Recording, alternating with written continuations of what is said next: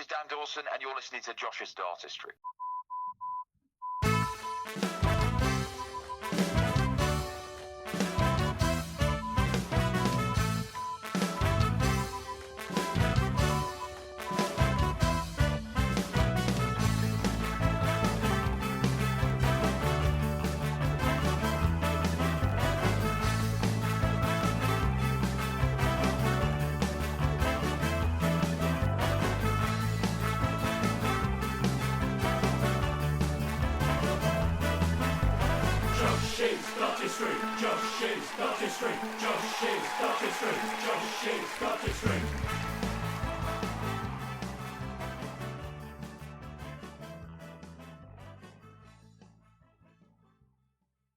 Good morning, good afternoon, or good evening, and welcome to episode 3 of the Bounce Out, the side project which forms part of the Josh's Dartistry banner. Let's introduce you to the guys on the line first and foremost. Josh Gorton, how you doing, Josh? Not too bad, thank you, John. How are you? I'm alright, mate, I'm alright. And we've also got joining us, as ever, Statsman Neil Connor. Neil, how are you? Yeah, very well, thank you. Good. I know the Liverpool game has just finished. Yes. Another victory for the Redmen, Neil. Yeah, tough game. Wolves gave us our sternest test for a while. I think a bit fortunate to come away with the 3 points, but strong mentality at the moment. So we'll just keep trying to win as many games as we can. The sign of champions, if you can win when you're not playing. Yes, we'll just focus on the next game. Absolutely. Josh, 2-2 draw for your guys the other day with Chelsea? Yeah, it felt like a win though, really, considering we were down to 10 men, 1-0 down after 25 minutes, showing a bit of fight, but we're the draw specialists. We've had 12 draws, I think, from 24 games, so we could set a Premier League record with 6 more draws. And Neil, you and I were at the Tottenham Hotspur Stadium last night, the mighty Spurs go marching on. Yeah, I think let's just make people aware that you asked me to go on. You begged me for a ticket. I didn't actively ask for a ticket. So, yeah, it was a pretty poor game. I think 2 pretty poor teams. I think Norwich are doomed, and Spurs have got work to do if they're going to get anywhere near the top 4. Okay, anyway, listen, let's move it on from the football chat. Josh, got a little bit to discuss on the Bounce Out this evening. Mainly BDO, I would have thought, Josh, yeah? Yeah, obviously the last time I recorded, John, was just after the PDC World Championship came to a conclusion, and the BDO followed swiftly on, and a lot of talking points, some of it not involving the darts, I must admit, but yeah, that went on at the Indigo too, new venue, so plenty to discuss from the BDO. Okay, so we've also, since we last spoke, we've also had Q School, haven't we? Which is always an interesting affair right at the start of the year. And Josh, we'll have a conversation about what took place, won't we? Yeah, so many great stories always emerge from Q School. We had 853 players entering this year, record number. So many former champions, major winners all entering, trying to get back on the tour. And as I've mentioned before, some amazing stories which we'll touch on later on. Okay, yeah, so we'll have a chat about Q School and a few other bits and pieces. We've got some Premier League news with regards to the challenges. So we'll have a chat about that as well. Don't forget, you can follow us on social media. Check us out on Twitter. That's at Josh's Dartistry. Check out the Josh's Dartistry Facebook page. You can also log on to Josh's website, www.joshisdartistry.com. Thanks for checking out the podcast. As we've mentioned a couple of times now, this is episode 3 of the Bounce Out. The Bounce Out is our new format, our sort of short, sharp show where we can get together across Skype. We're not all in the room together, but we can just have a brief chat, half an hour, 45 minutes of what's been going on, and keep you up to date. Thanks for downloading.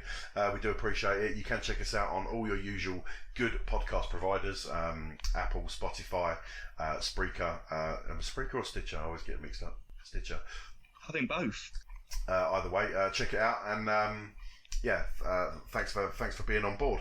By the time we've finished recording this show, it should be up by, today is Thursday, so I reckon by the time I've got this all edited out, Josh, I reckon we shall have this available by sort of Friday afternoon, and that'd be good. And then Josh will probably come back with a main show and bring back all the favourite items like we normally do in a couple of weeks' time. Yeah. Yeah, it sounds good just before the Premier League kicks off, John. Okay, so you've got sort of 2 weeks, Neil, to get thinking about your next instalment of Challenge Josh. Did we not say something about what we were going to do in the next one? I can't remember. We're going to do a competition one. We're going to do a Premier League competition, last man standing competition. We're going to relaunch that again. Need to do that as well. Yeah, we'll get that out. If we don't do a show immediately before we will get that out by Twitter, Josh, yeah, and then we can sort of settle the rules. I mean, I know a lot of listeners from last year will remember the format, but if we don't do a show before the first week, which I believe is where's week one coming? 6th of February. 6th of February, and that's in Aberdeen. So yeah, we'll see what we can do on that. So keep your eyes focused on the at Josh's Dartistry Twitter account. Right, let's move it on then, guys. Let's get to it. The BDO World Championships.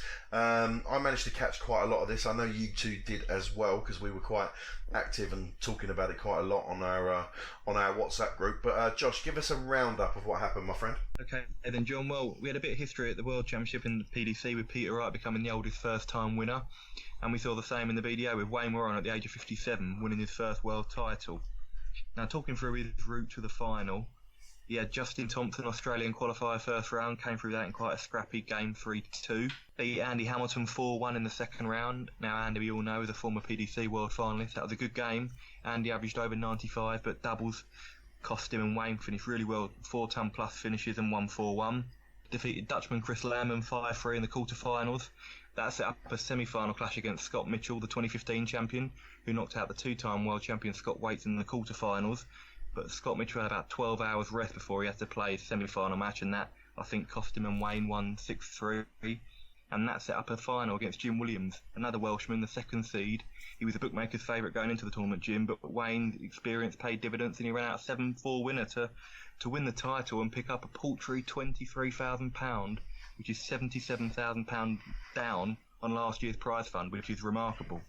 Yeah, we'll come on to the prize fund and a few of the controversies surrounding the championship. But let's keep it darts to start off with. So, Josh, absolutely fantastic win for Wayne Warren. I saw a video a few days later of him returning to his sort of local club and parading the trophy. And despite the ongoing problems with the prize money and the administration, the smile on his face was as wide as anything I've ever seen, Josh. Of course, I mean, the prize money is an important issue because at the end of the day, you know, you can't feed your families with trophies, as they say. So it is an important factor, but you can never take it away from Wayne Warren that he is now a world champion. He's achieved his dream at the age of 57.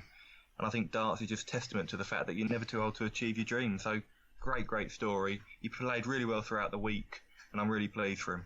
Yeah, Neil, as Josh says, that's something that we'll never be able to take away from him, that title of being the BDO World Champion. No, terrific for him. I thought he played very well throughout, and he's taken out some really good players there. I think Andy Hamilton has just got his card back for the PDC, hasn't he, Josh? Yeah, he has indeed. He's beaten him on the way to winning it. So great story. It was interesting. Some of the darts was excellent quality. I think we had Paul Hogan in the earlier rounds, hitting all sorts of averages, wiring a double 12, I think, for a 9-darter. And I thought some of the darts, and I know we'll talk about the rest of the things in a minute. I thought some of the darts was good quality, but a worthy winner, and really pleased for him. Yeah, Josh, just Neil mentions that. Talk to us about Paul Hogan. There's a couple of real notable things. His averages were very good, and yeah, almost got the 9-darter, didn't he? Yeah, against Alan Smith-Neal in his second round match. It was a really high quality game. He started off like a train, Paul Hogan. And he missed a double 18 for the 9-darter. Would have been the first at the World Championship since Paul Lim, way back in 1990 for 30 years. So close to history. But yeah, he had the two highest tournament averages, but then had a real stinker against Jim Williams in the quarterfinals. We all expected Paul to have a real go at this leading into the tournament, and he was arguably the best player up until the quarterfinals, but he just didn't perform in the last 8. I think nerves got the better of him. But yeah, still a great tournament from him. We've seen him at the UK Open over the last 5 or 6 years, beating the likes of Gary Anderson, Adrian Lewis. We know what he's capable of, and he produced glimpses of that class on the Indigo stage. A couple of other stories from the men's side of the competition before we move on to the women's. Josh, talk to me about Leighton Bennett. I know he obviously took part in the youth championship as well, but he was obviously there competing in the men's section as well, wasn't he? He was indeed, yeah, making history at the age of just 14, making his senior World Championship debut. Quite a remarkable story. Had a really tough opener against Scott Mitchell, 2015 champion. And Scott's a very methodical player, both in terms of his throw and also retrieving his darts. It's not particularly gamemanship, but it's just the way he operates, it's the way he plays. But Leighton's a very quick thrower, and I think the pace of the game really did affect Leighton.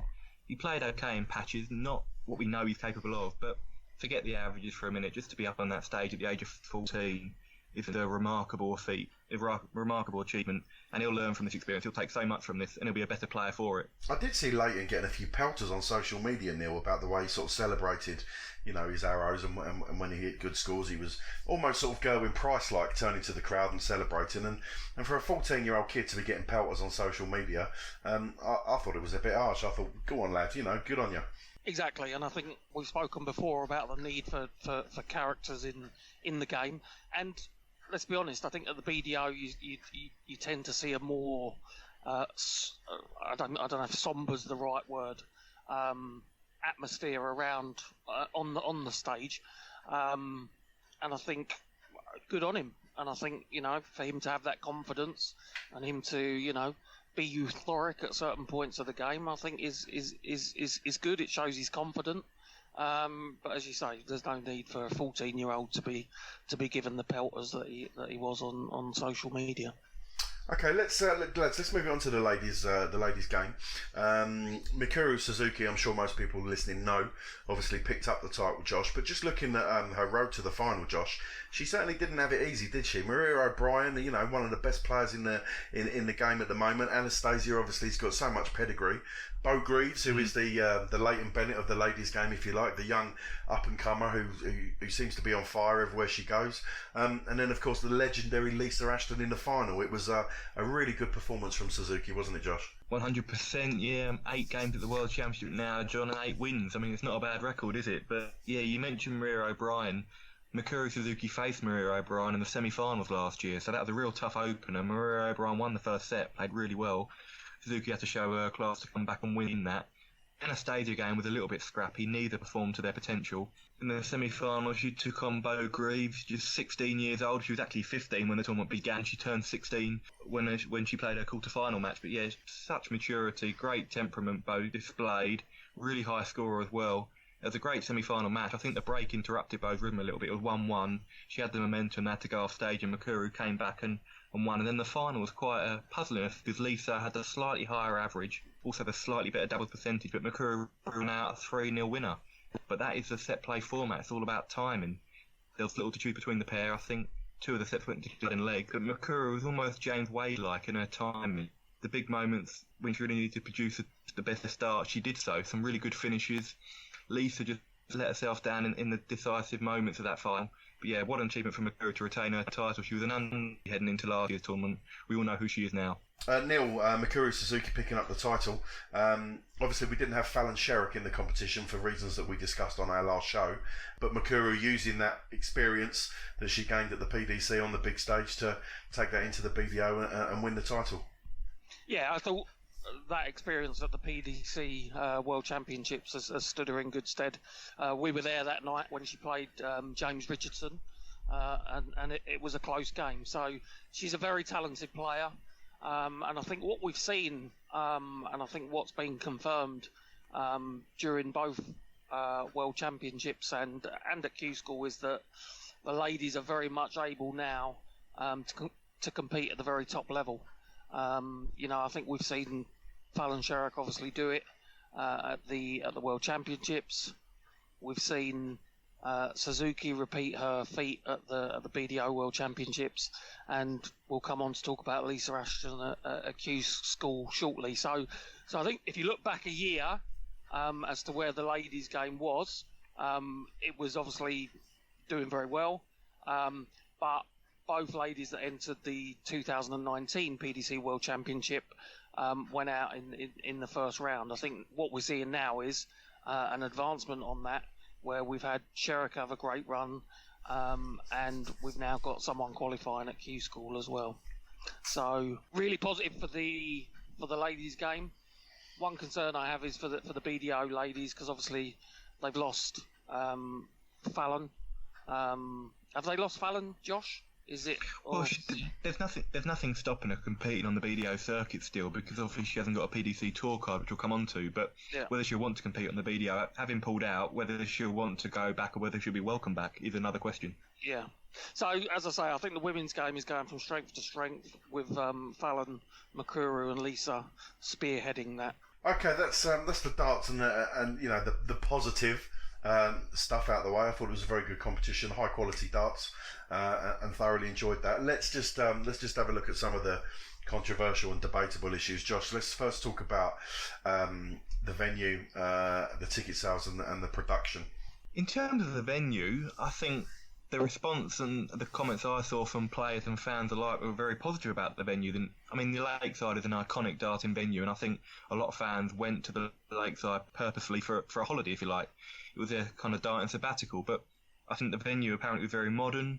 Obviously, it's accessible. It's at the O2, so I think that was quite positive. The players seem to enjoy that. The venue, I think it's a cracking venue. Anyone that's been to the O2 recently, they've opened it up now, so you can go around the full dome.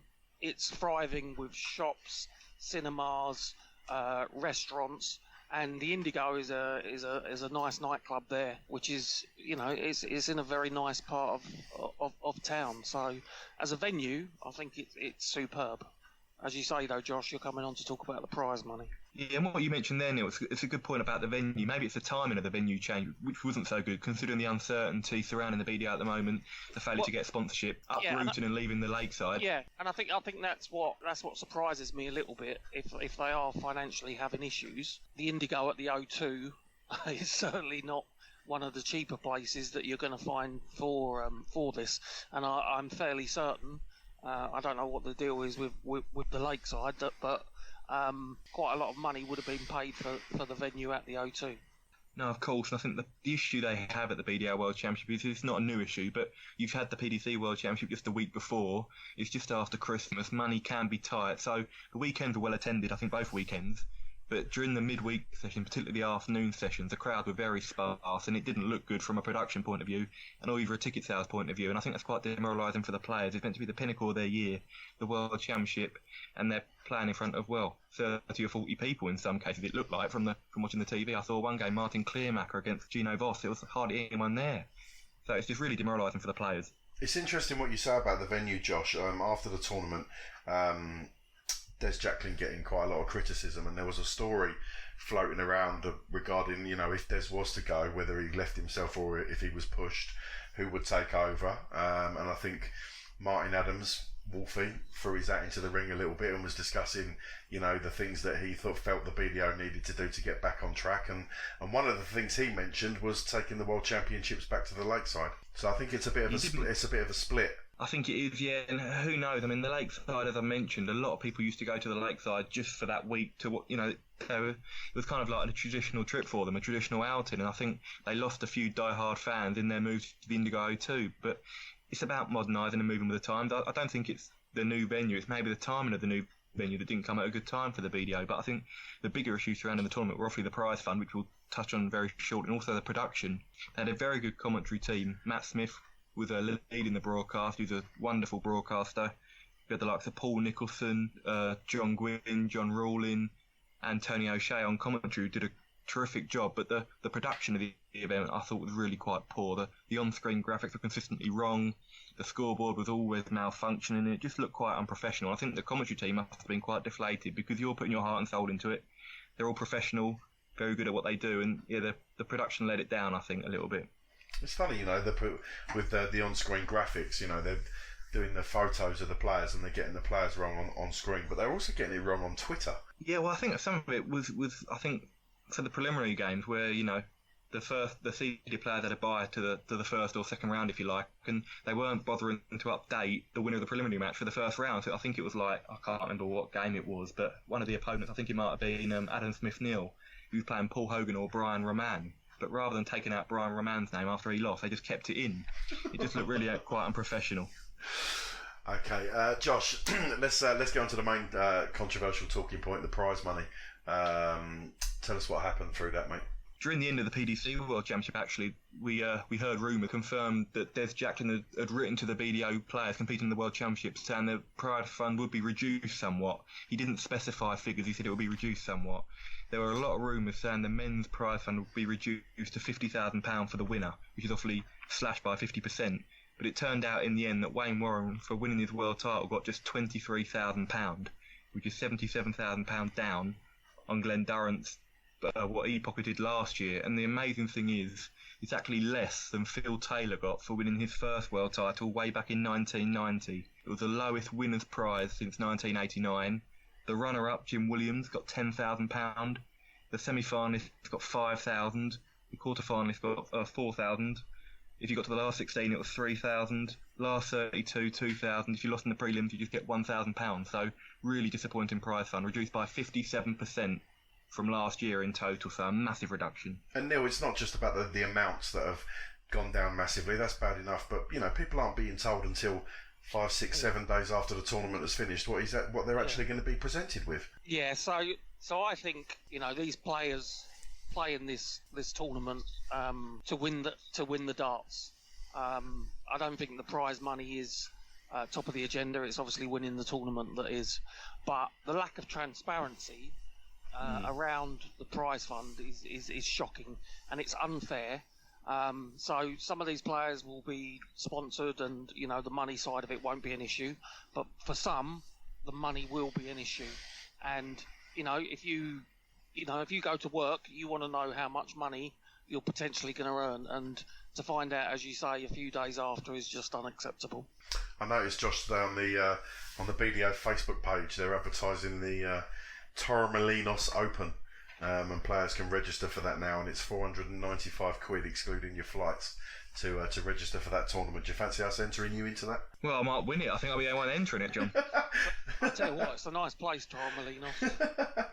Can imagine Josh sunning himself in the afternoon and then winning games of darts in the evening. So I mean, listen, we don't need to drill it home. All darts fans have seen the negativity on social media regarding what went on for the BDO, but Josh, they really need to pull their socks up now, don't they? I do get the feeling that they're on their last more. Listen, for me, there's only so much goodwill the players are going to give to the organisation. If this keeps happening and happening and happening, they're not going to have any players want to take part anyway, Josh. No, 100%. I think what Neil said about the lack of transparency was a very poignant issue as well, because you're competing, you don't know what you're competing for, which is shocking. And I have more sympathy for the international qualifiers. You've got players coming over from Australia or Canada. You imagine the cost of flights, accommodation. Their prize money is not even going to cover the cost. They're travelling the whole circuit throughout the entire year to play in this tournament, the World Championships, and they're getting a paltry £1,000 or £2,000 if they lose. It's just not acceptable, and I feel for the players. The women's prize fund, we haven't mentioned that as well. That was cut slightly, although not too much. Last year, Mikuru Suzuki got £12,000 for winning her first world title. There was rumours it was going to be £8,000 this year. In the end, it has risen to £10,000. Well, I say risen, but better than initially feared. So £10,000, a £2,000 reduction. And I think the runner-up, Lisa Ashton, got £500 less than the runner-up got last year. So not a massive prize fund deduction, but still, Des Jacklin had vowed to increase the winner's prize fund to £20,000 in 2020. And in the end, it's £10,000. So although it wasn't as bad a reduction as the men, the women are still shortchanged in effect. So yeah, really disappointing. And I think you mentioned the goodwill, John. I think that is diminishing rapidly, and I think that's demonstrated with a number of entries for Q School. I think 30 of the men who competed in the World Championship were entering in Q School. I think that speaks volumes. But not Wayne Warren. Wayne didn't enter, did he? He was down, I think, initially on the list of entrants, but he pulled out just after the BDO World Championship. I think the emotion of everything and the work he'd done, I think he was a little bit overwhelmed by it, and the uncertainty with the prize money actually didn't help that at all. And I think he's going to focus mainly now on the exhibition circuit, and apparently he's going to give it a go in 2021. But he's 57 years of age, so there's only a certain amount of time he's going to be at the top level. So I thought he may have gone this year. I'd like to have seen him there, but I understand his decision for not entering. And what about Mikuru? Did she enter? She did, yeah. She didn't have the best of luck, Mikuru. She won one game, I think, over the 4 days. Had some tough draws, and I think that was evidenced. I think over the last couple of days she averaged 88 and 92, which is very respectable in the first round. You'd expect that to be enough, but she lost in the first round in the last 3 days, so she didn't make many inroads, Mikuru. Okay, well, we'll keep our eyes on the BDO situation going forward. God only knows, most of it spills out onto social media these days. There was all sorts going on the other day, I noticed, with Paula Jacklin and fake accounts being set up in her name and silly messages being bandied around, which I don't really want to dwell upon, but it is, Josh, rather publicly played out. The dirty laundry of the BDO is there for everyone to see on Twitter on most days, isn't it?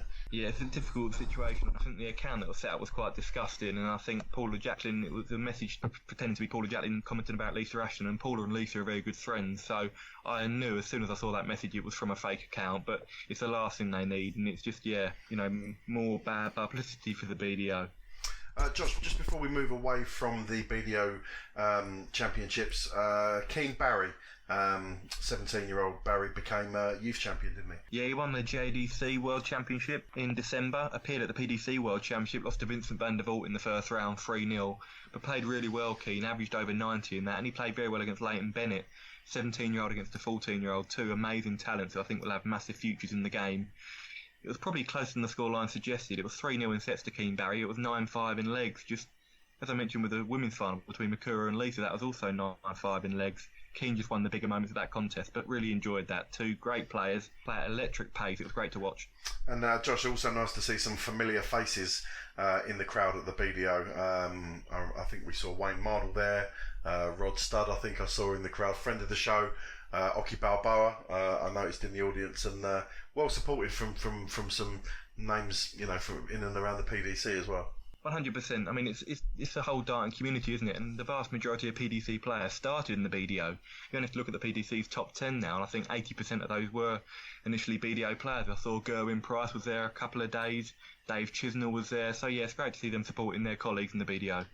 Neil, now the BDO World is a little bit closer to us, and we do try to get to Ali Pali at least once a year. Maybe next year we'll have to, if it's still at the Indigo, maybe we'll have to go and check it out. Yeah, it'd be nice.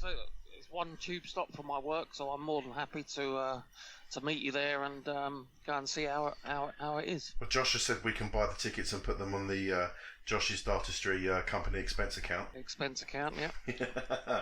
Thanks, Josh. That's very kind of you. The silence is definitely. Okay, let's move it on from the BDO Worlds. Let's have a chat then about Q School, Josh. And as you mentioned earlier, 853 players entered. Incredible, isn't it? Over 500 in Wigan and over 300 packed into Hildesheim, trying to win a golden ticket, if you like, a 2-year PDC tour card. Yeah, just for the sorry, Josh, just for the uninitiated, just remind us the whole premise of Q School, how it works, and what it all means. Well, it's for people who are not professionals, if you like. They want to earn a spot on the PDC Tour, and this allows you to get a 2-year tour card to play in all the PDC Pro Tour events. It doesn't guarantee you entry to the TV events. You've got to perform on the floor to earn your stripes and get on the TV, but this gives you the chance to pit your wits against the best players in the PDC on almost a weekly basis, so it's a massive opportunity for any of those competing. So we had a lot of BDO players, some players from the Challenge Tour, some pub or county players all turning up. There was a lot of former world champions and major winners there who've lost their place on the circuit trying to regain a place, so it was fascinating. Yeah, Q School, it always fascinates me every year when it comes round. It obviously takes place over a few days, and I was furiously logging on to the PDC Facebook page, and every hour or so Dan Dawson was doing a video update of how things were going, and the landscape was changing so quickly, Josh, with people being knocked out and it being whittled down to the last 8, the last 4, and this, that, and the other. It moves quite quickly, doesn't it, every day? It really does. And I spoke to Lisa Ashton after she secured her tour card. We'll hear that interview later on. And I think she said it was the longest 2.5 hours of her life waiting to see if she got a tour card or not. There's so many twists and turns. I think in the end there was about 6 or 7 players tied on the same amount of points. It went down to legs difference. So the amount of permutations is just incredible, which is inevitable with the amount of players entering. Neil, some big names gaining a card at Q School. One in particular, a favourite of the Josh's Dartistry podcast, who's resigned his card, is Corey Cadby. Yeah, disappointing to see that, because he's obviously an amazingly talented player. He's a good personality. He doesn't seem to fear anybody. So yeah, a bit disappointing to see that. I think he's had some personal issues over the past couple of years. So all I can say is I hope he gets himself back together and we see him competing in the UK and in PDC tournaments as soon as possible. Yeah, absolutely. I echo those comments. Josh, some big names though coming through. Obviously, we've mentioned Lisa Ashton, probably the biggest story coming from Q School. But there are other big names out there who came through unscathed. People like Scott Waits and Wesley Harms. Yeah, Scott Waits, we don't need to mention Scott Waits, two-time BDO World Champion, former Grand Slam winner. He entered last year, didn't make much of an impression, didn't do too much in the first 2 days here, and actually skipped the third day of action. Returned for day 4, awfully refreshed, and stormed through the field, beating Keane Barry, we mentioned the BDO World Youth Champion, beaten 5-0 in their tour card decider. So he won an automatic tour card, did Scott Waits. Wesley Harms won one via the European Q School Order of Merit, so he didn't win one outright. He was in the top 7 of the European rankings. We had Nick Kenny, BDO World number 6 at the World Championship. He also won an automatic tour card along with Scott Waits on the final day. We had Martin Kleermaker, played in the BDO World Championships. Very good Dutch player. Andy Hamilton, friend of the show. We spoke to Andy a couple of months ago on the podcast, didn't we? Former PDC World Championship finalist, Premier League player. Really pleased to see Andy back on the PDC tour. He's had a tough couple of years. But yeah, Lisa was obviously the big story. First woman to win a PDC tour card at qualifying school. Came within one leg of winning it outright on day 2, but made amends, faced a nervous wait on the Sunday to see if she'd made it, but she got through on 9 points. Beat Steve Hine and Wes Newton, I think, just by a couple of legs on the leg difference, so it was really, really close. I think a few results went in her favour late on, but I'm so excited to see Lisa playing on the PDC tour. And Josh, another name that I saw on the list, someone I think you spoke to recently at the Worlds, Damon Heta. Yeah, Damon, very good Australian player. He won the Brisbane Darts Masters. That was his kind of emergence in the World Series circuit. Very capable player. Had the highest average actually at Q School during the week, 113.20. So that just shows his quality. Another name we haven't really mentioned yet, John, is Jeff Smith, former Lakeside finalist. Lost to Scott Waits at the Lakeside in 2016, I believe. So really pleased to see Jeff on the tour. Seen the likes of Bradley Brooks, 19 years old, retaining his card. Kei Fen Lung, Hong Kong World Cup star, just the second player from Hong Kong to win a tour card. And the European Q School had a real kind of international flavour to it. We had so many different nationalities winning it. Daniel Larsson, a Swedish player. We had Boris Kirchmar from Croatia, Krzysztof Kujk from Poland, Stefan Stiepman from Germany, Karol Sedlacek, the first Czech Republic player to win a tour card. So a lot of different nations can be represented on the PDC tour next year. Okay, well, congratulations to all the tour card winners. We look forward to seeing how you get on and how you fare competing in and around the PDC. Josh, you mentioned right at the start that obviously Lisa Ashton was probably the biggest story coming out of Q School, and as you said, you managed to grab a quick chat with Lisa, didn't you? Yeah, 100%. Obviously a history-making moment, not quite maybe on the scale in terms of the publicity as Fallon Sherrick's achievement at the World Championship, but just as notable in my opinion. To come through qualifying school, we saw so many players like Paul Nicholson, John Part, Scott Mitchell would mention, Jim Williams, Kevin Painter, all miss out on tour cards. These are top established professionals. So for Lisa to come through the way she did, winning 13 games over the 4 days, it's a massive achievement. Josh's Dartistry, Josh's Dartistry, Josh's Dartistry, Josh's Dartistry. So guys, I'm delighted to be joined here by the woman of the moment, Lisa Ashton. Lisa, many thanks for joining me. Hi, you're welcome. First of all, Lisa, many congratulations on winning your PDC tour card at qualifying school. It must be an amazing feeling. Has it sunk in yet? Not really, no. It's just been a bit hectic with everything, so I think in a few days it might sink in then. You were so close last year to winning a tour card. You missed out by just 1 point. So did that give you confidence coming into this year that you could have a real go? Yeah, definitely, yeah. Missing out by 1 point last year. I knew if I could do that and try again to get that point this year.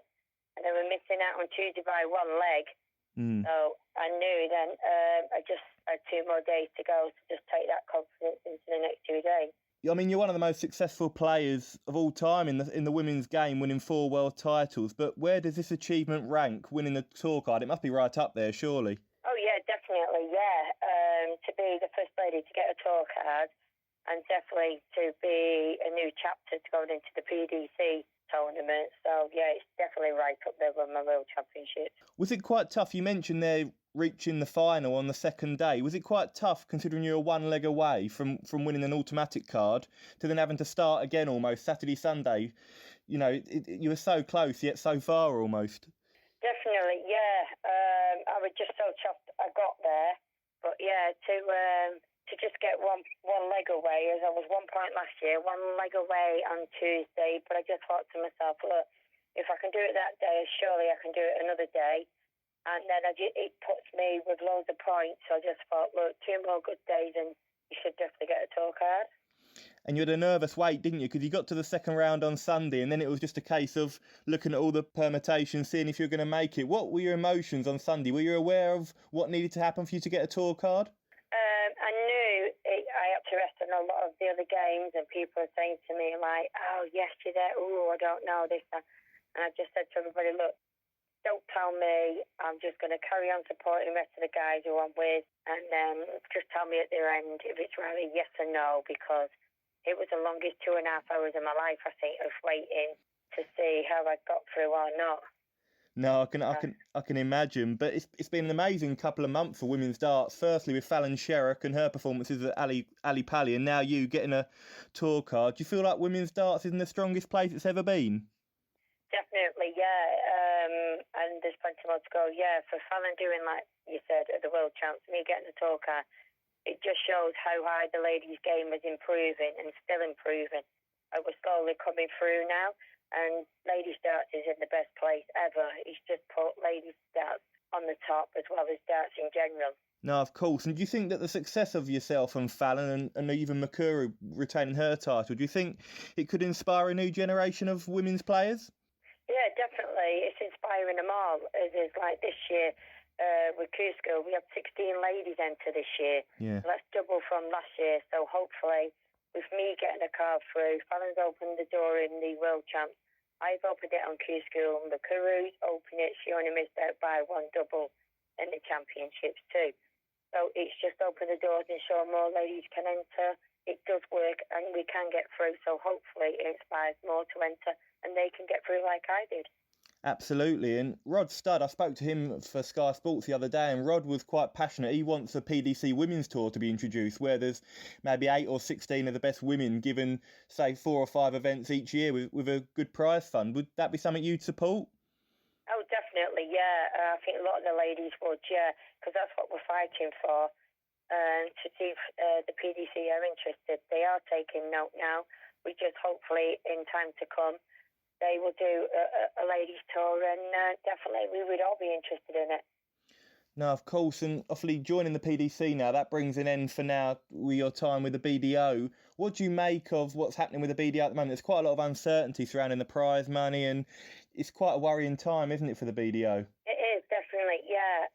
With the BDO, it's like you said, it's loads of worrying time. We don't know if tournaments are going ahead. There is some secured and booked, but we don't know if the rest of them are secure and booked. So you can't plan ahead. You don't really know what to do or where to go. As well as this new WDF, we're still not sure about what that entails. So it's like now for me getting this tour card, I am going to miss being on the circuit with all the ladies. But this is a new chapter, and this is an opportunity for me now. I've got to go and do what I need to do for myself. It's because you don't know what's ahead in the BDO. No, absolutely. And we see a lot of the women, when they play the men, they really do raise their game. We've seen that with yourself at the PDC World Championships when you appeared in it. But do you think now, playing the best men week in, week out on the Pro Tour, do you feel like this could take your game to an even bigger level? Yeah, definitely. Like you said, all the ladies will say, yeah, we do all play better against the men because we know we have to. So I'm hoping, like I did join last year, do Q School and Talent Tour. That was just to improve my game, to see if I could push myself. Now I've got the opportunity of playing like the world's best.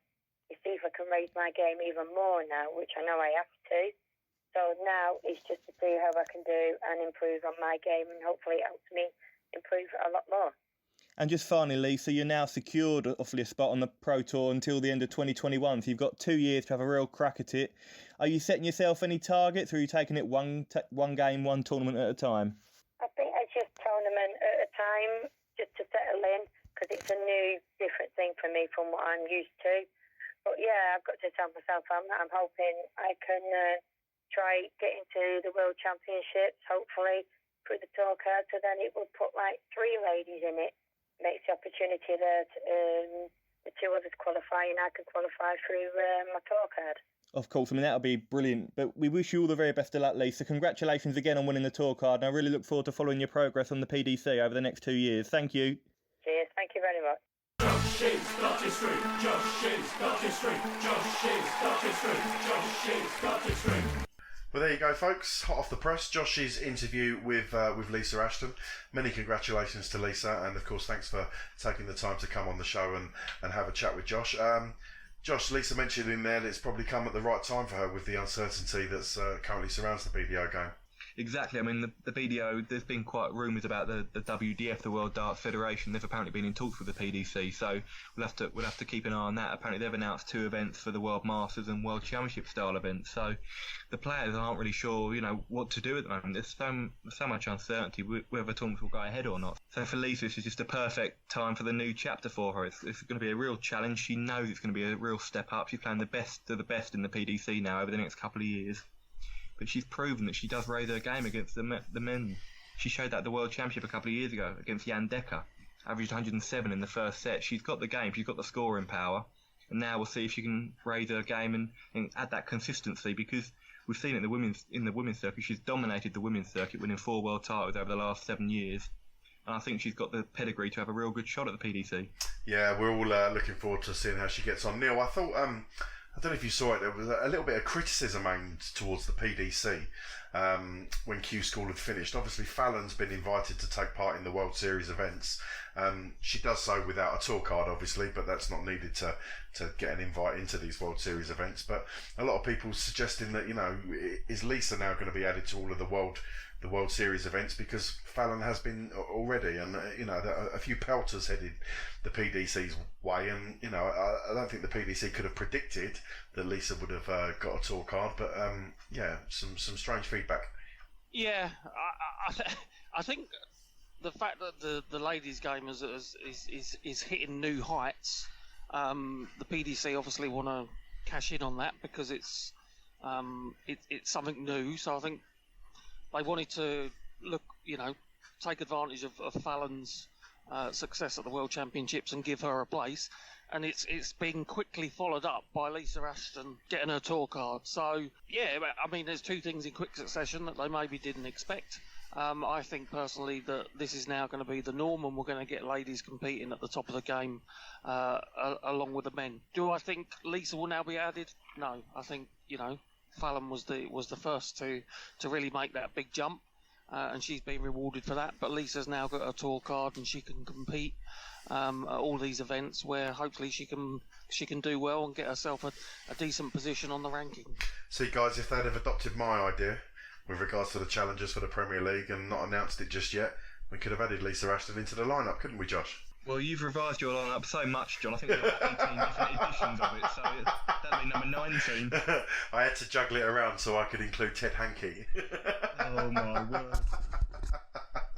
Box office, mate, box office. But listen, with regards to both the ladies, I'm sure their diaries, Josh, for the next 12 months are going to be fit to bursting, whether it's, Ashton taking part in the PDC Tour events, or Fallon jet-setting around the world, taking part in the Premier League, and no doubt they'll both be doing lots on the exhibition circuit as well, Josh.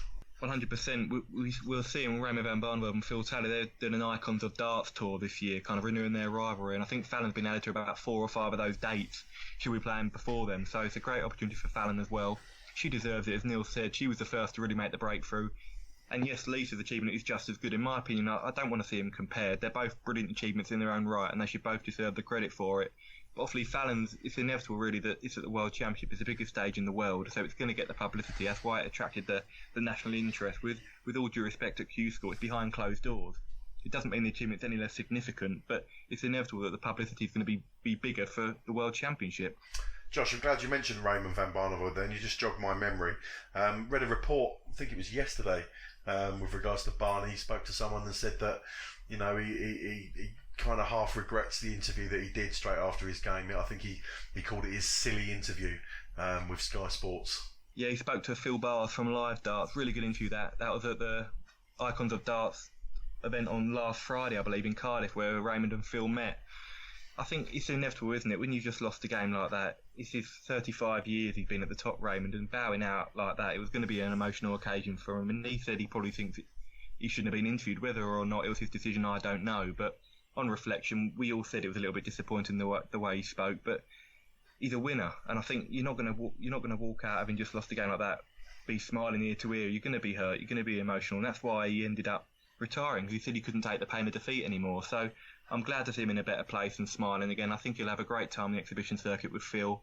We want to see him smiling again and playing some good darts, and he's still got the talent. So I'm looking forward to going, hopefully, to a few exhibitions and seeing him in action. Again, if they'd have gone with my idea, Josh, we could have seen him in the Premier League. We're not in Rotterdam, John, because he's off to a cruise, apparently. What sort of cruise? I'm not too sure, but I think Phil Bars mentioned in his interview with Live Darts, saying, will you be there in Rotterdam, even though you're not playing, will you be there to spectate or commentate? And he said he wasn't aware of the actual dates of Rotterdam, but he'd already booked a cruise, so that wouldn't have been in the offing, John. They might have played his music, he wouldn't have been walking out. Okay, let's turn our attention then to the Premier League. Josh, since we last spoke, the fixtures have been announced with regards to, well, all the fixtures really, but especially the 9 Challenger games. Do you want to take us through those? I will indeed, yeah. I'll go with the Challengers mainly because we all knew that the 9-player lineup. So they announced the Challengers, and unfortunately, John, they didn't go with your idea that you mooted today. Boo! We already knew the first 2 Challengers. They were announced as John Henderson in Aberdeen and Fallon Sherrock in Nottingham. So John Henderson has been paired against UK Open champion Nathan Aspinall in week 1 in Aberdeen, and Fallon Sherrock in Nottingham will play the 3-time BDO World Champion Glenn Durrance. That'll be an interesting tie. In week 3, we've got Johnny Clayton making his Premier League debut in Cardiff. He faces former finalist Michael Smith. Week 4 sees William O'Connor on home soil in Dublin. He takes on world number 1 Michael van Gerwen. I think William will be saying thanks a lot for that, PDC. Week 5, Luke Humphreys plays in Exeter for the 2nd straight year, and he faces Gary Anderson, who ironically pulled out last year and caused the contenders to be introduced. So that'll be an interesting one. We've got Stephen Bunting making his return to the Premier League in Liverpool in week 6. He takes on his stablemate Rob Cross. Week 7 is Chris Dobie making his return. He obviously started off the contenders last year in week 1 in Newcastle. He faces Daryl Gurney on this occasion in Tyneside. Then night 8 is Jeffrey Deswan making his 2nd consecutive Premier League appearance. He takes on Peter Wright. Now you'll know those two met in the last 16 of the world. Really entertaining game. Peter was 3-0 up. Jeffrey got it back to 3-all and Peter won 4-3, so they're going to meet again. And then Jermaine Watamina is the 2nd Dutchman to be involved in this year's Premier League, and he takes on Grand Slam winner Gerwyn Price in night 9, when the 9th place player in the Premier League will be eliminated on Judgment Night. Neil, just looking down that list of 9 matches there, give me your highlight. What are you looking forward to most, mate? Fallon Sherrock versus Glenn Durrance. Yeah, I saw online today. Glenn was saying that he's really, really looking forward to it. He said, and he wasn't being disrespectful when he said this, but he did say, although Fallon will be viewed as the weakest challenger of them all, he was saying he's really going to have to be on his guard and perform as well as he can to win that game, Neil. Yeah, I think he'll be under pressure. I think the crowd will be on her side. That's not to say that the crowd don't like Glenn, but we saw at the World Championships the support that both Fallon and Suzuki got. So it will be a difficult night for him. For me, I'm a bit disappointed when I look down that list. There's no Ted Hankey? It doesn't excite me. And whilst I understand that they're putting, people are competing in their own backyard, I'd have liked to have seen a few local derbies. So in Rotterdam, I'd have liked to have seen one of the Dutch two facing Van Gerwen. I think Johnny Clayton, I would have liked to see face Gerwyn Price. Just so that, I think it would just add a little bit of spice to it. I look down that, and quite honestly, I find it quite boring. Controversial. Josh, just taking it back to the Fallon Sherrock versus Glenn Durrant game, as Neil mentions there. I think everyone's fallen in love with Glenn, haven't they, really, since he came over to the PDC. All true darts fans have really taken Glenn to heart and would naturally support him in everything he does. He's done so well to get into the Premier League in such a short period of time.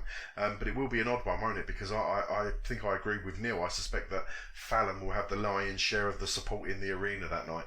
Yeah, but as you've mentioned there, John, Glenn Durrant, he's not a daft guy. I'm a massive fan of Glenn. He's a big fan of social media, and he understands that, of course, it's going to be the novelty factor with Fallon Sherrock, the first woman to be in the Premier League.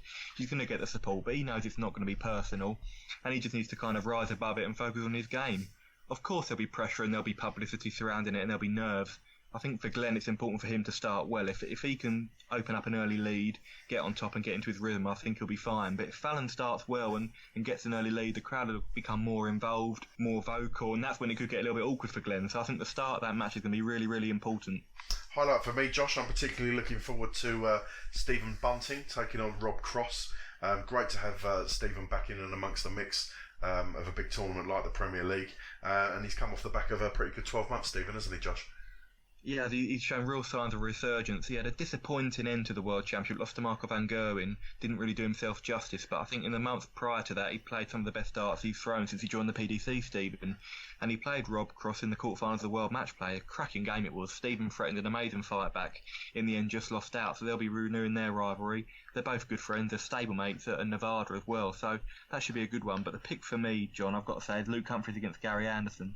I think Luke's a cracking player. He seems to thrive on the big stage. He got a draw against Gerwin Price last year, averaging over 100. Gary, it's a big year for him, returning from injury. I think he's really up for it this year, Gary. I think he knows he's probably got another 2 or 3 years, maybe maximum at the top. And I think he's determined to have a real good year, and he needs to because he's defending a lot of prize money from tournaments he won a couple of years ago. So I think that's going to be a real quick fire contest. A lot of 180s, big finishes. That's a highlight for me. And the Jeffrey Deswan Peter Wright game on night 8. I think that could be a belter. Excellent. Okay, well, we look forward to the Premier League. As we mentioned at the top of the show, we will be launching our Premier League Last Man Standing competition.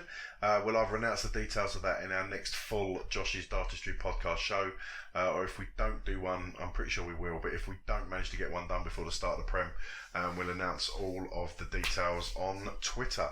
I think that almost takes us to the end of the show, Josh, unless you've got any other sort of news items bouncing around or anything that you guys wanted to touch on before we go. No, I think we've exhausted all avenues tonight, John. Neil, do you want to? You got anything else, or do you just want to talk about Liverpool a bit more? Or? I'd love to talk about Liverpool more. I was going to bring up in this any other business section, if you like, the WDF tournaments, but I think Josh has already mentioned that earlier on, so nothing else from me. I saw online today that Glenn Durrant, being a man of the North East, he paid a trip over to Middlesbrough Football Club today, Josh, and had a game of darts with manager and former Spurs favourite Jonathan Woodgate. I don't know if you saw that online. No, I did, yeah. Obviously Glenn's a massive Borough fan, loves his football, so that's a great experience for him. I think I saw Chris Dobie as well at St James's Park being interviewed by the PDC, looking ahead obviously to his appearance on night 7 when he faces Daryl Gurney. So it's a great opportunity for these local favourites. And I understood Neil's point actually about the local derbies. I think from a fan's point of view, I'd have liked to have seen the local derbies. I think it's a good point, but I can understand why the PDC haven't done it, because these players like Johnny Clayton and Jeffrey Deswan, Jermaine Motowini, the Dutchman, they want to have their line, like the crowd supporting them. I think if it was like Jeffrey Deswan against Van Gerwen, the crowd would probably be half 50-50 or more on Michael's side.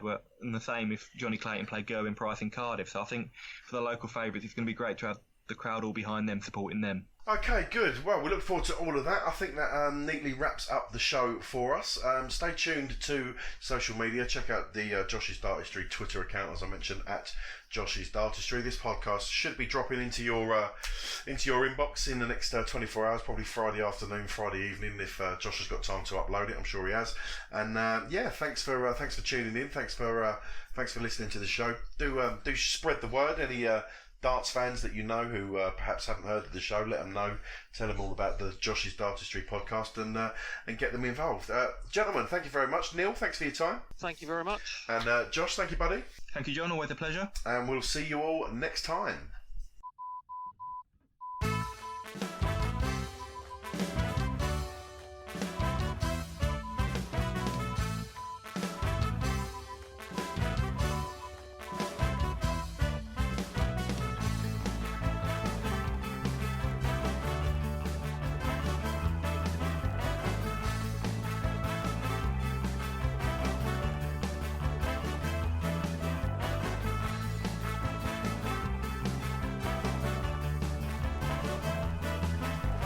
Josh's Dartistry, Josh's Dartistry, Josh's